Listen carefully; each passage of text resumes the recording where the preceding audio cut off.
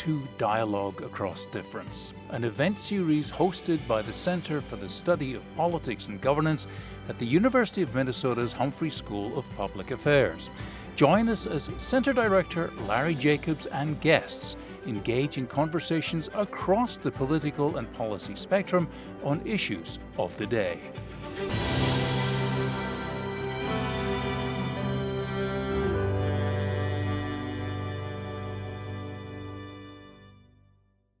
Welcome and good afternoon. I'm Larry Jacobs, professor here at the University of Minnesota, and I direct the Center for the Study of Politics and Governance at the university's Humphrey School of Public Affairs. Before we begin, I want to invite you and our live audience to participate. That's a big part of our programming, and we want to get you engaged in the conversation. So if you're online, I want to give you a heads up. The bottom of your screen, there's a Q&A button. Just click on that and send us in your questions. We've already got a stack of them. As well, you'll see there's a button at the bottom, closed caption. So that would be something you'd be interested in. Just click on that and you can get closed caption. Welcome and thank you for joining us today for our conversation, Representation and Representing, Democracy in Practice, Lessons from the Front Lines of Representative Government. And I'm so thrilled to have with us Lisa Disch. Lisa and I have known each other for quite a while. Lisa is a political scientist who specializes in political theory and democratic theory and other topics. She's well known to those of us at Minnesota. She was a faculty member here for 18 years in the political science department and has been at the University of Michigan in their political science department for the last 15 years. And one of the things that's really exciting about having Lisa Disch with us today is that she has done something that almost no political scientist does. She is an elected official. She's a city council member in Ann Arbor, Michigan, and is really up close with the process of getting elected, which she did in 2020, and the process of governing the city council. And so Lisa's going to be both a reporter to us on what's going on inside government with the really acute lens of someone who's studied democratic theory and democratic governance. And I'm hoping we can prod her to be a reporter back to those of us in the academy who have been studying and worrying about the state of democracy. Where are we? Lisa has published 3 outstanding books. The most recent, Making Constituencies, Representation as Mobilization and Mass Democracy, which was published by the University of Chicago Press just a few years ago. She's also published a number of articles in the most esteemed journals in political science, political theory, and gender studies. So this is a really top-notch scholar. Lisa Disch, thanks so much for joining us. Thank you, and thank you for that incredibly warm introduction. Let's get started. It looks like you've got two jobs, each of them a full-time job. Is that what's happening? Yep. So what does your normal day or week or month look like during the academic year? Well, I teach during the afternoon usually, and I prepare like crazy in the morning for whatever I'm doing in the afternoon. And city council things meet at night, and I have at least 3 meetings at night per week. And in the first 2 tumultuous years when I was on council, and it was a kind of a divided council, our meetings often went until 2 in the morning, and I suffered mightily. So let me get this straight. Being an academic, teaching, doing research, this is a full-time job, and I can attest to that. But you've got on top of it another job. So you're basically working around the clock except for a few hours of sleep during periods when the council is meeting, and do you have a time to meet with your colleagues on campus and students on campus? Is that? I manage to meet with students. I do fewer meetings with colleagues than I think I used to, but post-COVID, we all are used to Zoom now. And so it isn't as if you have to come into campus on days where you didn't plan to, which is actually very helpful. And Fridays are my days for city meetings typically. Time with city staff is one of the most important things you can get as a representative, because staff are your policy advisors. And staff are the people who, if there's something you really want, you need to recruit them to help you get it. Yeah. And so those are the meetings that, and I do much of that on Fridays. And I have realized that I am a little less energetic than I used to be, because if I'm working all day and I thought, oh, this will be fine, I'll just be doing it at night. I'm like, oh no, I wake up tired from a long meeting, or a meeting where there was tension, or a meeting where there was a hard decision and maybe I'm not sure I did it well. But I am learning so much, and I mean, you watched me as a younger faculty member and know that that's why I do this, because I want to be a student, not because I want to be a professor. And so the representing has been another opportunity to learn about things that I would have never imagined would interest me, and they really do. And that's the other question people may be wondering, why'd you do this? Why take on, double duty? Yep. So yeah. Why not take a leave maybe from the university? Why take on, what is, in this day and age, sometimes quite difficult era for governing, this going in, and yet you dove in. Well, I love my teaching job. I mean, my job as a professor, so I would not want to give that up no matter what.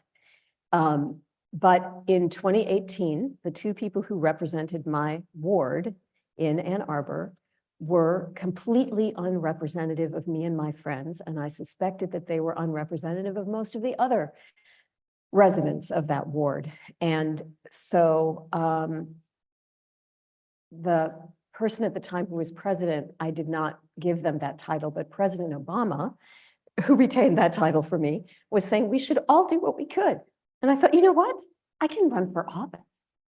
I could represent myself. I could do this much better than the people who are doing it. I mean, they didn't do their research. They were opposed to sustainable and affordable reforms. They wanted to take Ann Arbor back to basics, but what they defined as basic was basic in Ann Arbor in the 1970s. It isn't what I define as basic, which is that people need to have a house or a lodging of some form, an apartment. And if that means we have to build up because we've sprawled as much as we can, then that's what it means. And it means that this charming small college town is going to look different, but it's going to be fine. And we all have to be willing to make these changes, because in the 1960s, the homes that many people, many faculty and others live in other professionals live in Ann Arbor, were built in the 1960s. And I'm sure that people were very upset about the fruit orchards and things that were built over with subdivisions, and they lamented those. And now people are lamenting the height. Yes, change always brings lamentation, but it's what we're living off of. And nothing happened in between 1970 and 2000 in Ann Arbor. Nothing got built at any meaningful scale. And so if people are feeling like their college towns are becoming exclusive places, are becoming like Aspen, Colorado in the 70s, that means we have to go up. That's the answer to that. Don't lament it and then say, but I don't want height, and don't lament the commuters and the footprint of a city that has so many commuters, and not be willing to have height. So one of the things I noticed trying to catch up on your role as a city council member is that you put a real emphasis on being in touch with your constituents. You talk often about meeting with small groups and meeting one-on-one. Why? Well, I mean, you've got these two full-time jobs, and on top of it, you're seem to be very engaged with the folks in your district and other districts. Well, I think one of the things that you write about in your work is the need to rebuild trust in institutions. And – meeting with constituents is one way. I feel like I meet often I meet a little bit more often with constituents who are unhappy with me than I do with those who are happy with me. Because as we know, people who are content often just let you go, you know? And I'm trying to rebuild their trust, at least let them know that I am, willing to hear their complaint about the decision that they didn't like or the direction that we're taking that they don't like. And I'm at least willing to hear that and consider it and think about where I might be able to meet them at least a little step, even if I'm not willing to go all the way. And trust really begins at home, and what will enable democracy to make the transition that we need it to make in this period that we're in is a rebuilding of trust. And so I do feel like that's a responsibility. I also feel like I can explain things to people. Sometimes people's anger at government is built on a misconception. And so I can help them understand the process that led us to where we are sometimes. So this sounds uplifting. It sounds like the right way that responsive government should work. But I want to take you back to Lisa Disch, the academic, where you write in part, representatives do not reflect the interests or preferences of citizens. Rather, they define groups, produce interests, and forge identities. And in your argument about representation as mobilization, you make the point that they're not pre-existing preferences. These are kind of a fiction. And that instead, what people believe is a construct. It's what the political elites, the elected officials, the special interests produce. So can you square those two? There's Lisa Disch, the representative, who, as you said, you challenged the incumbent because she wasn't representative, she wasn't responsive. You meet with your constituents so you can respond to them. Versus Lisa Disch, the scholar, who said, oh, that's just phony stuff. The real power is in mobilizing and shaping, constructing, manufacturing preferences. I'm really glad you asked that question. One way that I would approach the answer is to say that I think I've learned more about all of the different things that help shape constituencies. And I am one of those things. I am part of that force, but there's also a lot going on social media. There's also, in a town like Ann Arbor, and it probably is similar in Minneapolis, there's also a lot of work that gets done by reports that aren't completely academic and aren't completely isolated policy things that sit on a shelf. But so a couple of things were published about Ann Arbor in the 20-teens. One was Ann Arbor is the best place to live. It's the top #1 small city, and everyone should move there. And another one published a year away from that said that Ann Arbor is the 8th most economically segregated small city in the country. And both of those things are true. It's a great place to live. There are a lot of amenities in a college town. We have amazing symphonies. I don't think I do. I've heard the Berlin Orchestra there. I mean, the Berlin Philharmonie. So in a small town, that happens, right? I could go to Chicago and hear them, but they stop in Ann Arbor. And at the same time, we are economically segregated because we have a knowledge economy that has replaced an industrial economy. And Ann Arbor wasn't the center of the industrial economy, Detroit was. Ann Arbor's the center of the knowledge economy. And they're, yes. Getting and back to this question, so are yeah. citizens merely receptacles of manipulated attitudes? No. Or are they autonomous, free-thinking people who, form semi-autonomous preferences and values based on their own thinking, their own interpretation? I'm struggling with that because I don't think it's either extreme. Okay. Right. I don't think that I ever said they were simply manipulated.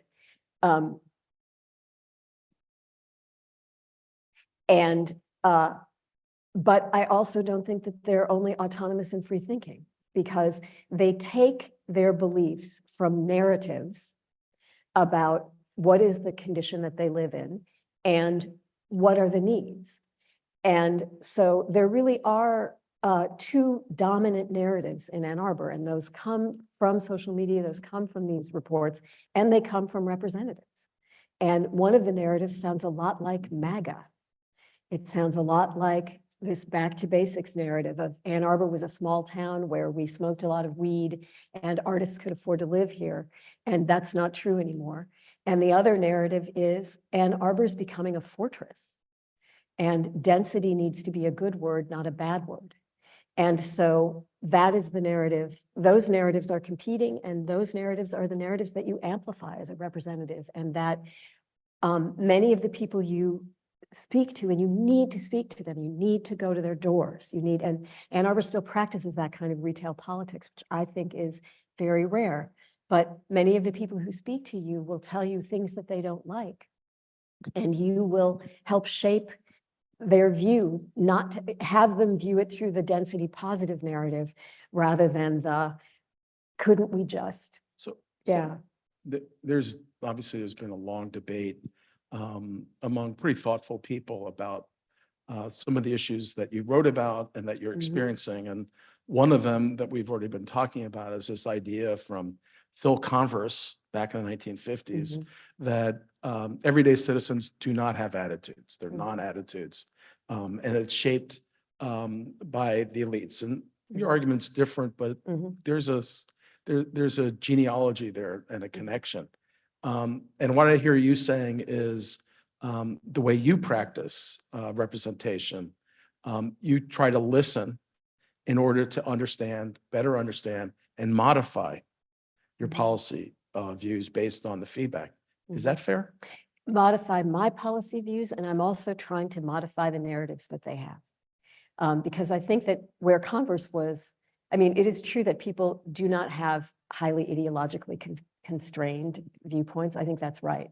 But that doesn't mean that there's nothing to represent out there. Unfortunately, there are things to represent out there, and some of the things to represent get whipped up into ways that you and I would never want to represent such things.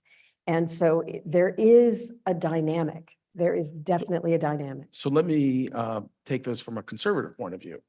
A conservative, might they not listen to you and say, okay, well, you're engaging in manipulation of constituents who might be reasonably saying, what is this going to do to my taxes? How is this going to change my quality of life? And what you're describing as kind of education and engagement, they see as manipulation because you've got, an agenda, you've got policy views going in. How do we know that this is representation and not manipulation? That's such a hard question to answer because it depends on your starting point. If you think that people really autonomously form their preferences, then anything that I'm talking about the influence that I'm talking about, will sound like manipulation. But if you honestly accept, or if you believe that no one forms their preferences in a vacuum, and that also every one of us has a conflict in us about what I want on my street and next door to me, and what I believe in the abstract. And often what happens in representation is you, the representative, are trying to remind yourself what needs to happen next door to you or in your actual backyard. Maybe you need to build an accessory dwelling unit and house a family on your 1/3 of a suburban acre in your backyard. Maybe that's what you need to do to make the change that in the abstract you want. And I think that part of, and I don't think that it's manipulation to remind someone that, hey, you voted for the affordable housing millage. And that means that we're going to build an apartment building on the parking lot that's by the farmer's market. And yep, you might have to walk an extra block to get to the farmer's market, but 63 people will live there who can't otherwise afford to live in Ann Arbor.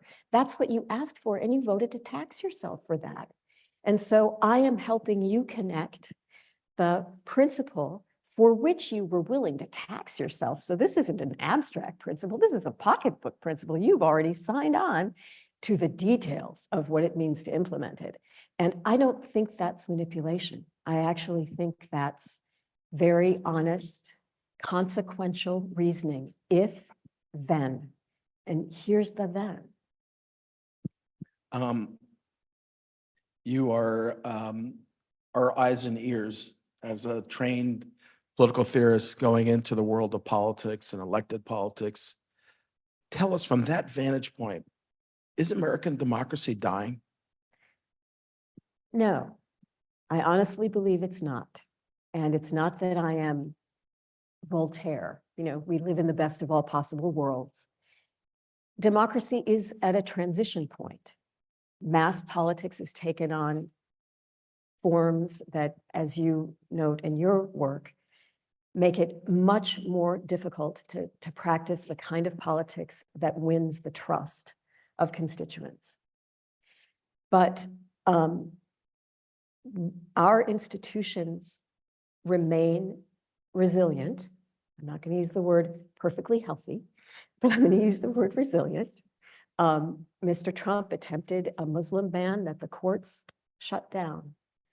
Mr. Trump undid a number of environmental regulations because he was able to do that with judicial power. Well, we are coming back in the Biden administration with greater force to make sure that those get written into rules that can't be overturned, you know, by the stroke of an executive pen. We are living at a time in the US where in many ways it has become, the vote has become easier and more accessible to many people than in the past. We're also living in a time where the states that can get away with it are putting more restrictions, but we can fight those. We know how to fight those, and we have people paying attention and fighting. We have, you know, gerrymandering has become a word that the public not only understands, but gets excited about. Yeah, I want to do a ballot initiative to end that and have a citizens redistricting commission. I mean, come on. You know, 10 years ago, is that what people were doing a ballot initiative for? No, they were trying to lower their taxes. So I live in a city where people raised their taxes and turned out en masse to support a citizens independent redistricting commission to make sure that the seat share, the vote share in the legislature would better match the distribution of party affiliation in the state. And we're one of those states where, you know, Republicans get more seats than they ought to, given the strength of the other party, the Democratic Party. There's been a lot of attention and discussion about ranked choice voting. Mm-hmm. How does that fit into the revitalization and resilience of democracy that you're talking about? Well, I think we're seeing it practiced really nicely in New York. Ranked choice voting, it's a candidate, to some extent, it's a candidate-centered strategy. And so if we really care about parties, there are other options that we might want. But ranked choice voting is something that allows people, it allows candidates to mobilize voters who otherwise feel as if it's pointless for them to vote. And it allows their preference to register. Even if their preference doesn't ultimately elect a candidate, it doesn't elect the worst candidate. They can put their second preference on someone whom they know has a chance of winning. And then I think we saw this at least early on, and it's a little too early to tell how it's happening with Eric Adams, but I think we saw him take on some of the preferences of the voters from the Working Families Party who you know, whose votes transferred to him, who enabled him to make it into office. And you have it here. You have it on your city council. We voted to legalize it in Ann Arbor, but the state is telling us we can't do it. We live in a can't do place. We live in a state where there's a lot of things we can't do as the local government because it's purple. And, you know, but you live in a can do. Can do, but it's cold state. There has been some research, including by Joanne Miller, a former colleague of ours here in Minnesota, and myself, and others around the country that have been respectful and hopeful of ranked choice voting, but have also found some patterns, including the fact that voters of color tend not to use ranked choice voting. The options, if you've got three options to rank a candidate, we're not seeing those voters do it as often. And this is independent, peer-reviewed research. And the question I think is really being raised is, who does ranked choice voting work for best? Is it the more affluent white voters or voters of color who are less affluent. And, for those of us who study voting behavior, and you know this, it fits into a pattern known as the SES gradient for short, or social economic status. And we see this in so many areas of research going back half a century or more, where voters who have lower economic status tend not to participate as much voting and across the board. Does that concern you, that ranked choice voting may reinforce or even expand disparities? Yes. I have seen some research from California that suggests the opposite, but I am not disputing you are the empirical researcher. And it also wouldn't surprise me if we were getting different results from different parts of the country. And ranked choice voting hasn't been around that long. And so I could imagine that it might take a little longer for its benefits or the practice to reach all voters. Or we may find that there are some voters who are more suspicious of it than others. We may find that for some voters, learning enough to vote for one candidate is all they want to do. And so ranking requires you to know more about a number of candidates. And so ranked choice voting paired with a multi-party system might be better, because then you can use the most accessible form of knowledge that you have, which is the party label. And oh, my first choice is this great third party that truly represents me but may not win, but my second choice is always going to be the Democrat. So there are things that I can imagine making ranked choice voting work better, but there are other ways that I can imagine that in the system that we have now, it may fall along the same lines of advantage that so many things, referenda, et cetera, fall on. Yeah. Yeah, actually, you pointed to New York, which is a multi-party state. And the parties are, as you know, relatively well organized and certainly vocal. Yeah. So maybe under those conditions, you're suggesting ranked choice voting could be more impactful and open up more opportunities. We've been talking a lot about voters and started to talk about institutions, namely ranked choice voting. I'm wondering, when you think about the rules, procedures of our democratic system, how are they working? How do you, from the insider perspective, are these things that are easily manipulated by the insiders or the powerful interests? Or do you see the democratic procedures we have in America as robust and working well to facilitate the voice of the people? Well, I wish I had this quote at the tip of my fingers, but E.E. Schatzschneider has this great quote about how we have this ramshackle system where a democracy has been grafted onto something that isn't democratic at all. And so I think there's always a war, whether our procedures are opening and empowering more voters or whether they're shutting them down. And I think we are seeing that struggle. I think with the expanded opportunities where they are existing for early voting and mail voting, with respect to voting, we're seeing more openness. I think that as campaigns get more and more expensive, and as political parties get more and more, this was already true 50 years ago, really, even, but more dependent on money-intensive politics rather than person-to-person politics, as civic organizations mimic that, where they become more money-driven than membership-driven. These are all not good directions for democratic procedure, because they are not directions that actually mobilize in the way that I understand that term. I sort of use it in the conventional sense of turning people out, bringing them in, turning out, I hope everybody understands that doesn't mean shutting them out, but actually the opposite, bringing them to the polls, bringing them to the meeting, get their voices heard. we're in a system that mitigates against those kind of strategies that actually mobilize by getting people's feet moving and also getting them to identify with a project, a broader project than just the I don't want this change, but a project of openness to this is the way this transition could happen and I see myself in this direction. That for me is one of the features of mobilization. But One of the features of contemporary politics is its atomization, its fragmentation. We're kind of sifting into kind of different worlds. And it's defined across a whole number of dimensions, where we live, who we marry, even what kind of consumer goods we get are tied to different kind of identities and belief systems.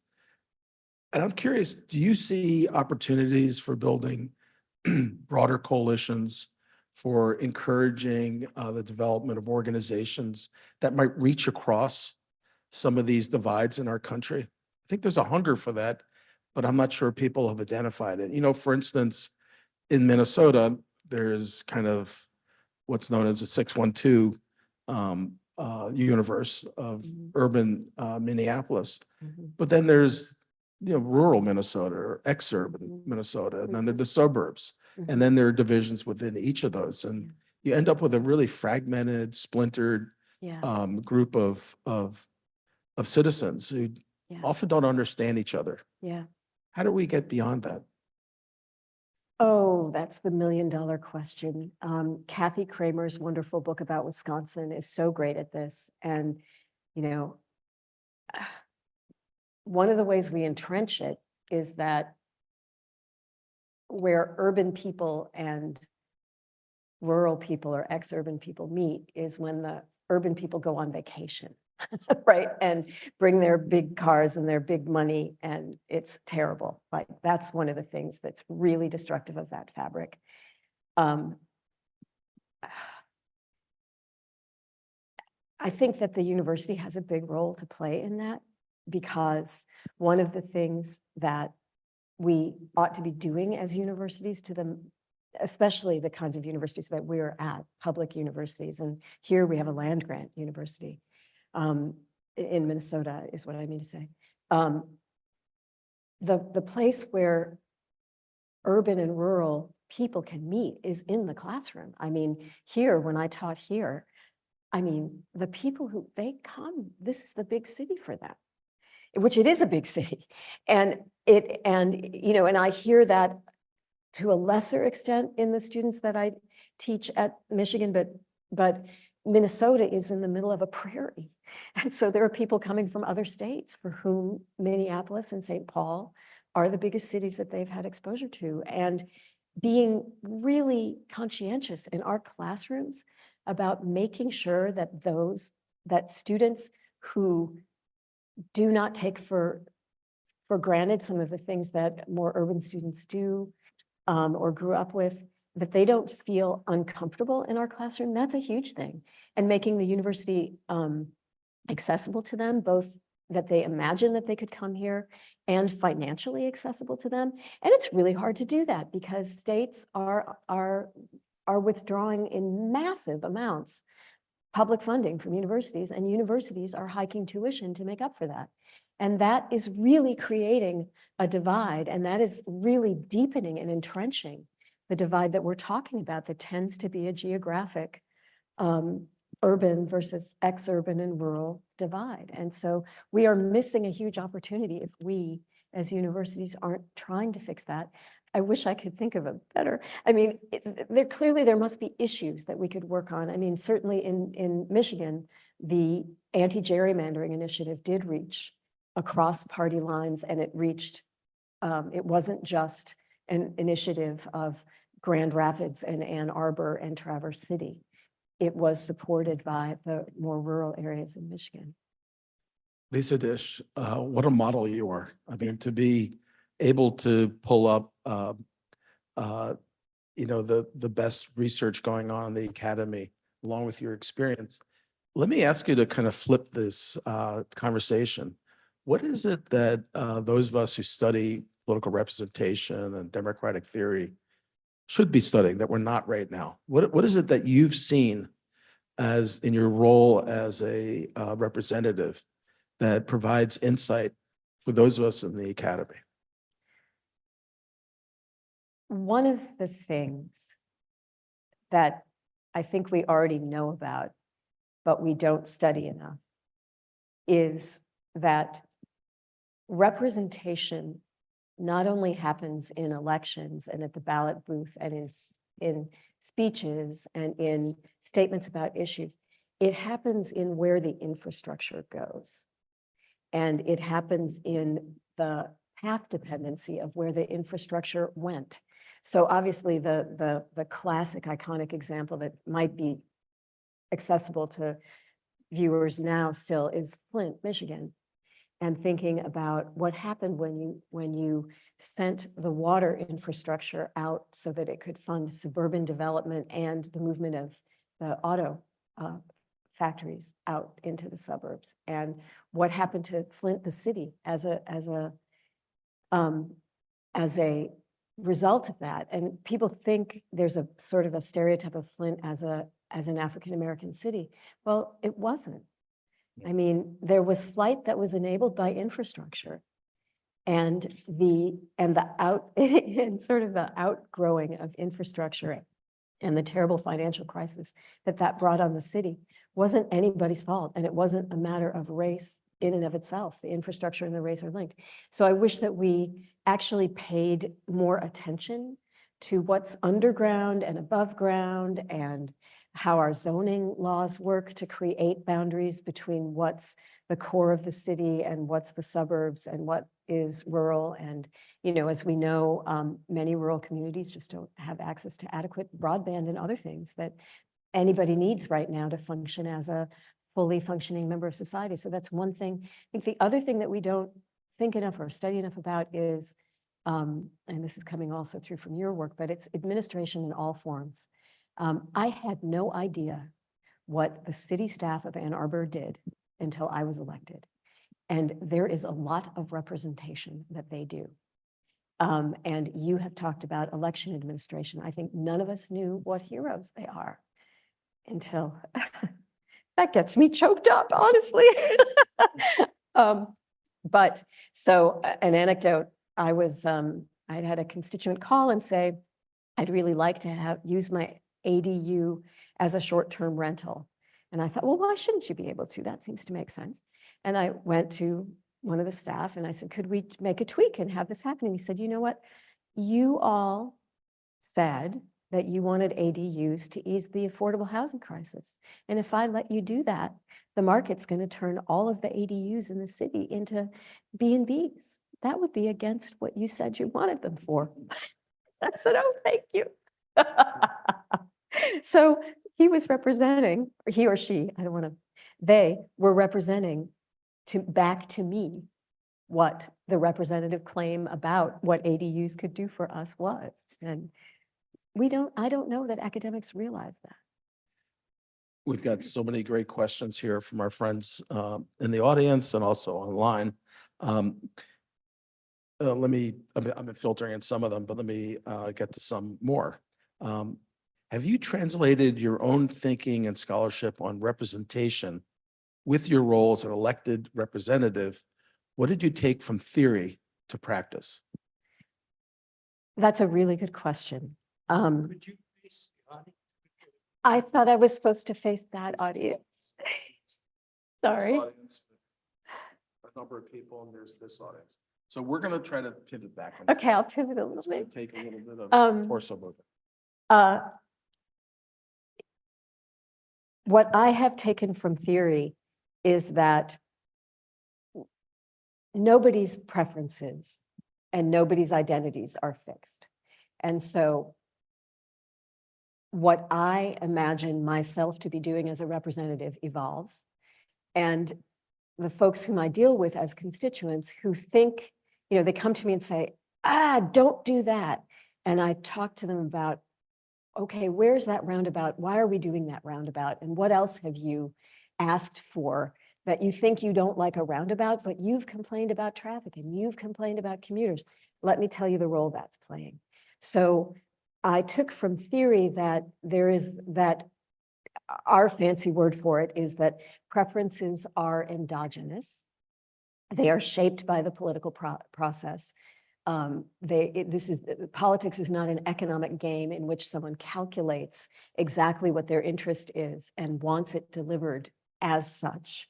Rather, it is shaped through a process. And so I have taken that from theory, and then what that has meant in practice is that I put a very high priority on responsiveness and education. And those are two things that in my book, I have some choice words for. And I wouldn't throw out all of my choice words, but I think that I would recognize that I spend so much time thinking about how I can best say a sentence that will make a light bulb go off and make someone go, oh, wait, that makes sense. And it is education, but it's also really trying to resonate with the person, which is also, that's the theoretical thing, is that it has to tap something. You can't just assume that somebody wants you to tell them what they want. Most people do not want you to tell them what they want, and that's right. But it is part of actually what you're trying to do is make them make the connection between the policies that they're seeing that they don't think they like and what they genuinely have expressed a desire for. There's quite a bit of interest online and here in hearing your views about the changing racial composition of America, the kind of continuing racial disparities in every aspect of our democracy. How do we make that an area of progress rather than one of kind of just sustained inequality? That's incredibly hard. One of the ways, at least if we're thinking about at a government level, is that we really have to reorient the way we do things like outreach and the measurement of public opinion. And because most people are intimidated by a public meeting where they are supposed to come and speak like a lawyer. And that's not just true of, that's true of all races. It's especially true of people who aren't in the kind of settings where people trade lawyerly arguments. And so we have to have different kinds of public fora, and we have to have different people running them. You need trusted advocates in the community to actually run the outreach that you're trying to do, whether it's a campaign, whether it's a public meeting about something that you're trying to build or create. And this speaks to the need to fund and support community organizations much more robustly than we do, because those are part of that's part of the fabric that enables people to feel welcome and comfortable, and also helps them identify their interests. And so much of that work is done by really altruistic people in their spare time or for way less money than their education would qualify them to earn. And that shouldn't be the case. And I don't know how to fix that. I don't know how to have a property tax to distribute for community organizing, but I wish I did. And we need to recognize that. Let's take a very concrete example, which is policing. Yeah. Obviously, Minneapolis, for a number of years, but certainly heightened by the murder of George Floyd by police officers, has been struggling with this issue of really deep racial bias. How is it that Ann Arbor and how is it that you think about addressing the racial disparity in policing? One of the things that we've done in Ann Arbor is we have an independent community oversight, police oversight commission. And I think that these things always take a while to get on their feet and to figure out how to get it right. And I think ours is starting to click into place and get it right, because citizens can, residents, or people who are passing through town can make grievances straight to this commission. We also are developing a community unarmed response action. And I don't know how that's gone, if you guys are doing that as well, and if you have the money for it. What becomes very difficult is and then actually the third piece is that community policing, which needs to really, it needs to mean not another form of surveillance that has a pretty face on it, but it needs to really mean building relationships with community and not harassing them about a million nuisance crimes. We have a law against doing that in Ann Arbor.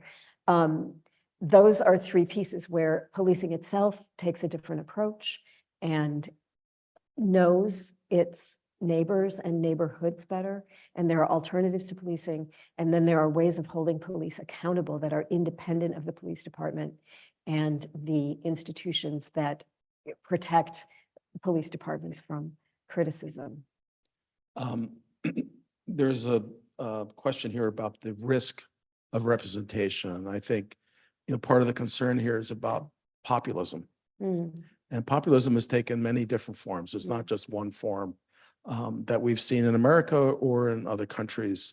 But what the kind of classic concern about populism is that you have a manipulative leader who presents himself or herself as speaking for the people. Yeah.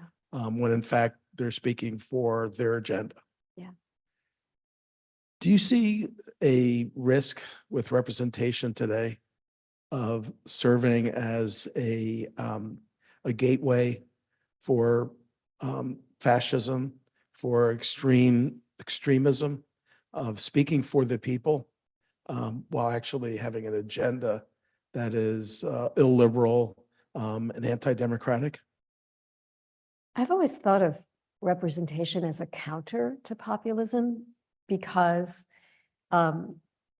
representatives, I suppose some representatives do claim to be speaking for the people, but usually representation is supposed to work by saying, well, this is the principle that we're trying to go for. And I think it's a public good for the following reasons, but some people disagree and some people agree.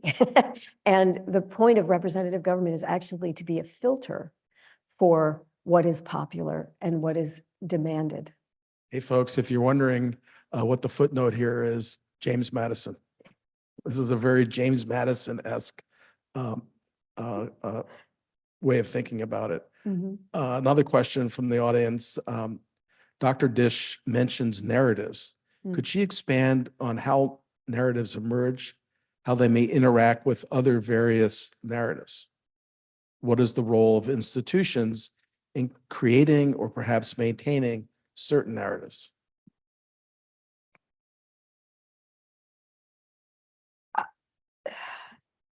So we are living in a time where a lot of our narratives are apocalyptic. So we have apocalyptic narratives about democracy. Democracy is in crisis. Democracy is dying. Democracy is failing. We have apocalyptic narratives about climate change. The planet is burning up tomorrow, and there's nothing we can do about it. That's not a good message. And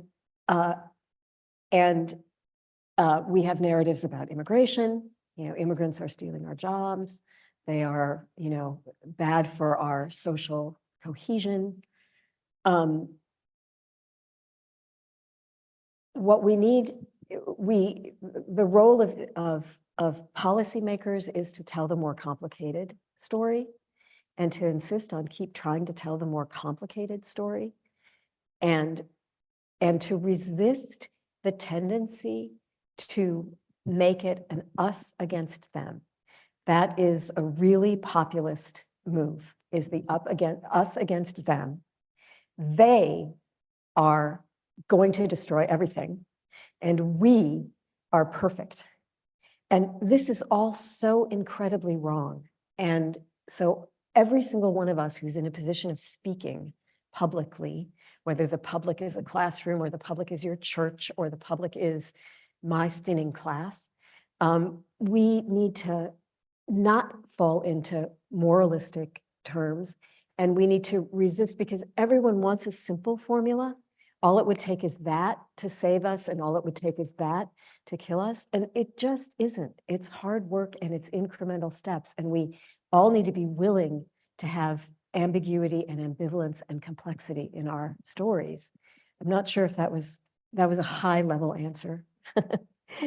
No, it's a daunting prospect. I think you're kind of mapping the more hopeful path in it. You've of course done research and written about narratives for decades now, going back to the writing you did on Hannah Arendt and so forth. So this is a wise and deep reflection on it. Has your experience as a representative given you insight into kind of a narrative analysis?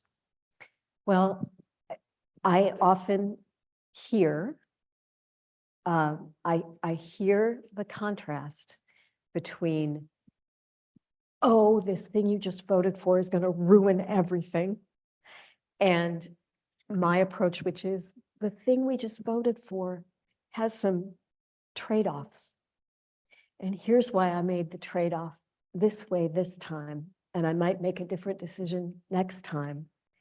And it advances us in the following ways. And a number of my colleagues engage in that same kind of storytelling as they explain their reasoning for a vote. And I've thought a lot about that, a lot about how you frame something. So rather than focus on what wasn't perfect about it, you focus on it wasn't easy. I'm not acting in an unconstrained environment. I have inherited constraints from past decisions. And here's what came out, and here's what's good. Here's what's good. You know, if there's nothing good, then one should be honest about that. But it's almost never true that there's nothing good. How does an elected official navigate representing those among their constituents when they're divided and sometimes sharply divided? Yeah, that's the worst. That makes for the longest meetings. To be honest, you know, we are right now with the situation in the Middle East. I've really just never lived through anything like this because I was too young for the Vietnam War. And you know, and even then it's not parallel. I mean, right now we have populations and we have human rights violations, and there's no real clear way of arbitrating the claims on both sides. And it's perilous. That just feels incredibly perilous. Where people are divided, say, on things that are not matters of life and death, but rather just different visions of the future, I think we have to listen to each other, but we have to be strong in our convictions, and we have to know where our convictions are coming from. I mean, I honestly believe that we need a new version of what happened as suburban development in the mid 20th century. We need a new version of that. And the version of that is up. It's not out. And that's something that affects, it's a step for our climate, and it's a step for housing affordability. I believe those things. If I can't persuade you, I can't persuade you, but I believe those things. And beat me at the polls. I mean, right? I mean, I'm not going to compromise on those, right? So this is to the elections matter sort of. Elections conclusion. do matter, right? Yeah. Have you always believed that elections matter with the same intensity? No, I had no idea how much they matter. I mean, you and I both grew up watching a horrible electoral outcome after horrible electoral outcome because we watched, Nixon get elected. We both remember that, I think. I mean, we just, a series of bad leadership on the presidential level. And in our time, I've seen the difference that it makes at every level of government to have a Democratic administration, the money that pours into cities and counties. And I am so aware on the local level of what a difference it makes if you are electing representatives who genuinely are looking for change and looking to repair injustice versus representatives who are not. I mean, that's a night and day difference in policy that affects people's lives. By the end of the year, it affects their lives. I mean, they see change that quickly. A final question from the audience, because we're running out of time. This questioner said they're impressed by your wisdom and your willingness to address real issues. They're wondering if you're thinking of running for mayor or maybe for the state legislature or Congress. That's a really nice question. I am not going to, I'm running for reelection as a city council member.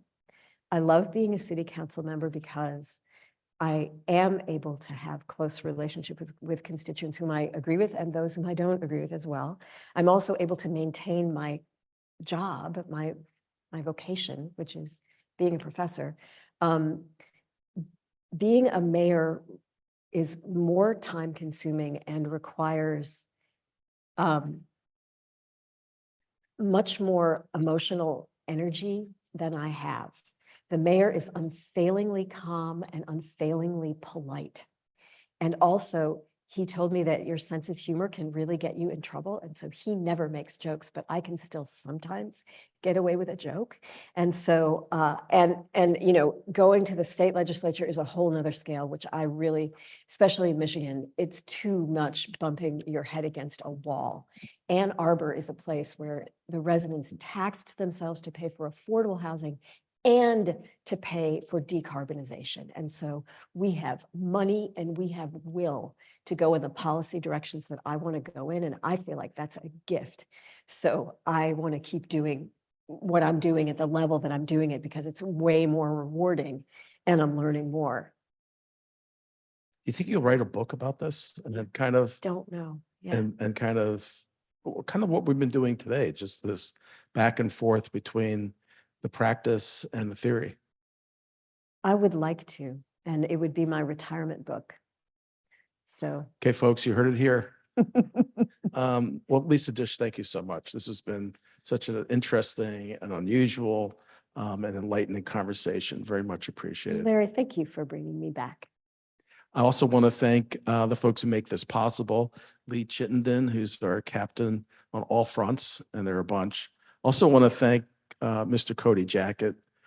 Cody and I were in Washington, D.C. last week with 40 students, and he was brilliant in making that possible. And I know all of us on that trip appreciate what Cody does, as all of us do today. Thank you, Cody.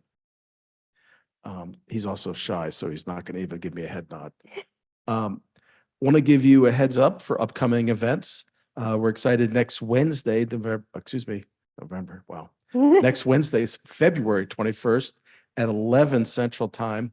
We're going to be doing a program on assisting incarcerated eligible voters to register and cast their ballots while in jail.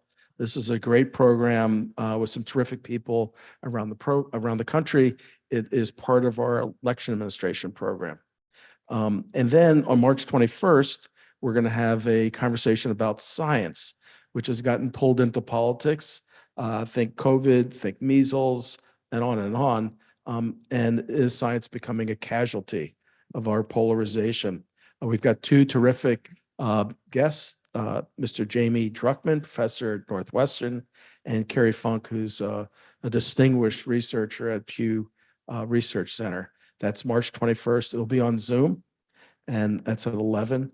We've also got a whole series of programs. I'm not going to go through them all during the election season, but let me just mention a couple of topics. We all talk about political interest, which is obviously important for engagement. We don't talk about political disinterest. And so we're going to talk about that because that is part of this conversation. We're thrilled to have former Republican Senator Rob Portman joining us as part of the Nagasaka Dialogue. We've got a terrific program on women and the elections, conservative voices and the elections. And we're going to have John Judas with us to talk about the Democratic Party and its failings. That's a topic that John has been working on for a while. Let me mention that today's program will be available online, either in a podcast form or a video in 1 to 2 days. If you like this program and others, please consider making a donation. We need that support to continue to bring these programs. Once again, thank you, Lisa Disch.